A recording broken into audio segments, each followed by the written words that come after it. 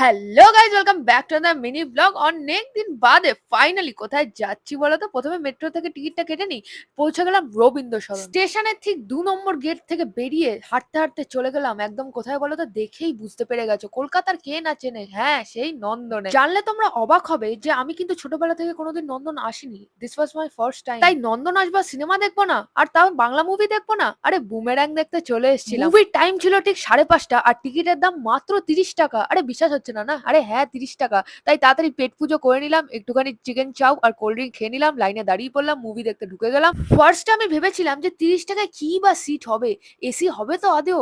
আরে ভেতরে পুরো চিল্ড এসি, আর সিটগুলো ছিল একদম নরম, মানে কোনো আমার অসুবিধাই হয়নি। Even better then most of the cinema halls in Kolkata. মুভিটা তো ভালো ছিলই। তারপরে ওখান থেকে বেরিয়ে গুটি গুটি পায়ে চলে এলাম জুডিওতে। জুডিওতে একটু ঘোরাঘুরি করলাম, তারপরে গেলাম বাজার কলকাতা। বাজার কলকাতা একটু ঘুরে নিলাম, তারপরে শ্রীকান্তজিকে বাড়ি চলে এলাম। বাই বাই, দেখা হচ্ছে নতুন একটা